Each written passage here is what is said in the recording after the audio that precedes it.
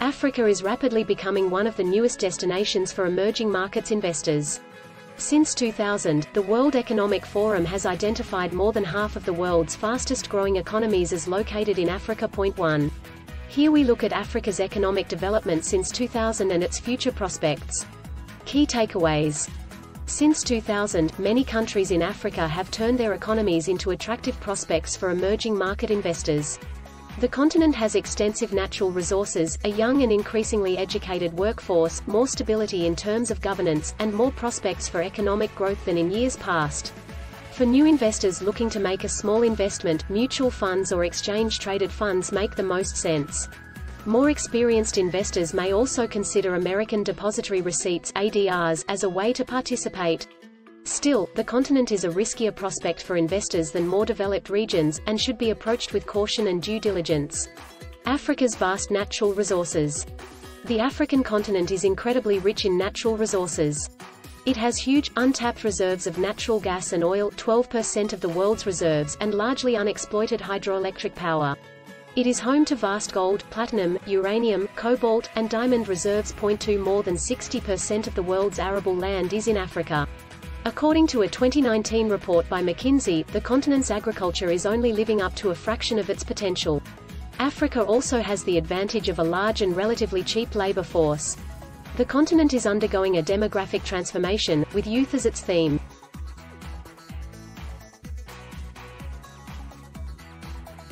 There is stability in terms of governance, and many countries that witnessed terrible periods of unrest have emerged as success stories. There are better policies in place, trade has improved and so has the business environment. Economic growth in Africa.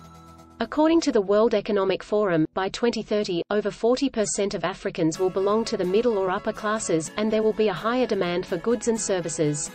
By that time, household consumption is expected to reach $2.5 trillion, more than double that of 2015 at $1.1 trillion. 1. Much of that $2.5 trillion will be spent in 3 countries, Nigeria 20%, Egypt 17%, and South Africa 11%. But Algeria, Angola, Ethiopia, Ghana, Kenya, Morocco, Sudan, and Tunisia will attract companies seeking to enter new markets.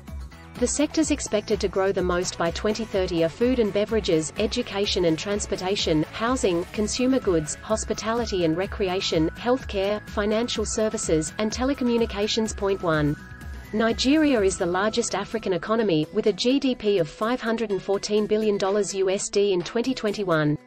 The next largest was Egypt, with $394 billion. 6. Stocks mirror the economy. Sub-Saharan Africa has around 29 stock exchanges representing 38 countries including 2 regional exchanges. These exchanges have a lot of disparity in terms of their size and trading volume. The continent has a handful of prominent exchanges and many new and small exchanges that are characterized by small trading volumes and few listed stocks. Efforts are being put in place by all countries to boost their exchanges by improving investor education and confidence, improving access to funds, and making the procedures more transparent and standardized. How to invest.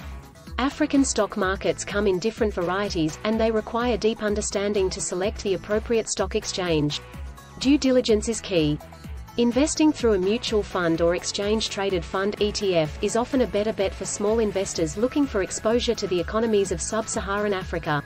Such funds track a large basket of companies doing business in the region, rather than relying on any single stock or venture. Direct access. It is possible to invest in African stocks directly, although this route may come with additional risks. Some foreign stocks trade in North American exchanges as depository receipts, securities that represent stocks in a foreign company.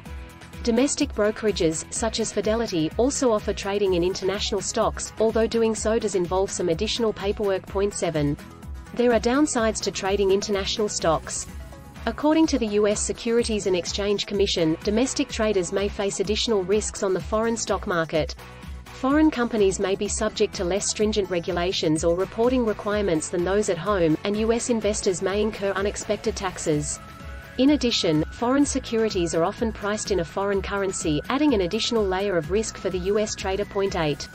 The Johannesburg Stock Exchange (JSE) is the largest stock exchange in Africa by market capitalization. Exchange-traded funds. Investing via ETFs and mutual funds comes with the built-in advantage of ease. They are traded on U.S. exchanges, diversification, and professional management. Some prominent ones include Van Eck Africa Index ETF.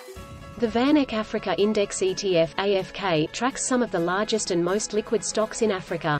It holds about 75 stocks and has a country allocation top 3 to South Africa 25.18%, Morocco 13.5%, and Nigeria 11.8%. Over the 5 years before 2022, the fund has closed each year with an average 1.18% loss in net asset value (NAV.9). The iShares South Africa Index Fund. The iShares MSCI South Africa Index (EZA) is allocated 99.5% to mid-sized and large companies in South Africa in the financial, consumer discretionary, and telecommunications services sectors. Over the 5 years ending in May of 2022, the fund gained annualized returns averaging 1.14% each month. 1011. Market Vectors Egypt Index Fund. The Market Vectors Egypt Index ETF (EGPT) gives access to Egypt, the third largest economy in Africa, with an allocation of around 85%. The remainder is spread to geographically diversify across Luxembourg, Canada, and Ireland. Over the 5 years ending in May of 2022, the fund posted an annualized average loss of 3.73% of its net assets. Mutual funds. Mutual funds invest in a large basket of different securities, usually targeting specific economic sectors or regions of the world. There are many such funds invested in the developing world as a whole, as well as those that invest only in Africa, or only in specific countries. The following are some notable examples. T. Rowe Price Africa and Middle East Fund. Abbreviated as TRAMX, this fund is focused on banks and companies in Africa and the Middle East, as well as a handful of European companies that do business there. Nearly 25% of their portfolio is located in South Africa. Over the 5 years ending in March 2022, the fund experienced average quarterly growth of 10.41% on an annualized basis. 0.14. Commonwealth Africa Fund. Launched in 2011, the Africa Fund (CAFRX) is one of 5 mutual funds under the umbrella of the Commonwealth International Series Trust. It largely invests in equity and debt securities issued by African companies involved in manufacturing and mining. Over the 5 years before March of 2022, CAFRX experienced average quarterly returns of 4.22%. 0.15. For market participants new to investing in African companies, mutual funds and ETFs are the safest bet, followed by the American Depository Receipts of select companies. ADRs. American Depository Receipts (ADRs) are a good way for investors in the United States to trade select African stocks.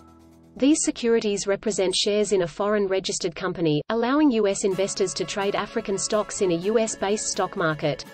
Many of these are natural resources plays, such as Anglo Gold Ashanti O, DRD Gold, DRD, Gold Fields, GFI, Harmony Gold, HMY, Rand Gold, RNDFX, Sibanya Gold, and Sasol SBSW. All of the previously mentioned companies are in mining, with the exception of Sasol, which is in the oil and gas business. In addition, Mix Telematics (MIXT) is in the logistics technology business. There is a wider universe of African stocks that trade on the pink sheets or over-the-counter (OTC) market. Pink sheets are less regulated and are traded in thin volumes. Who is investing in Africa? Investors looking to diversify their portfolio to include emerging markets look to African investments. In terms of foreign direct investment (FDI), China has been the leading investor in Africa over the past decade, followed by the United States and France. 0.16. How do I invest in Africa's emerging markets? The easiest way for individual investors to gain access to African shares is via regional ETFs or mutual funds that specialize in Africa. You can also look to ADRs of corporations that do business in Africa. Is African real estate a good investment? While real estate has largely been overlooked by investors in Africa, there are indications that some markets may have potential for rapid growth. Demographic trends and rapid population growth suggest future increases in demand, especially in those cities most geared towards technological and industrial development. According to IPE Real Estate magazine, the Kenyan real estate sector returned between 25 to 30% gains over the 5 years before 2018.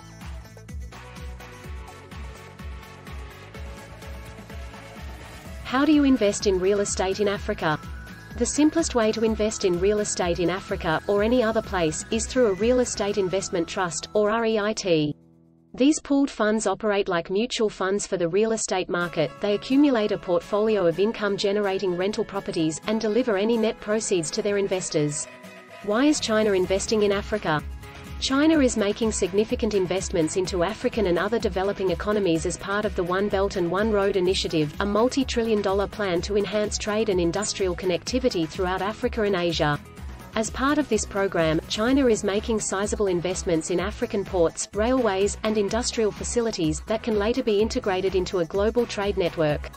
The bottom line: although Africa has yet to recover from centuries of foreign domination, many African countries are becoming economic powerhouses in their own right. There is increasing demand from the growing middle classes, and local companies are filling that need expanding. Nobody can predict the growth trajectory with accuracy, but several countries on the African continent appear to be poised for growth. Disclosure: the author did not hold any of the mentioned stocks or funds at the time this was written. Invest in multi-million-dollar paintings. Over the last 26 years, only one asset has outpaced the S&P 500 by a stunning 131%. Now, a $1 billion fintech unicorn lets nearly anyone get access.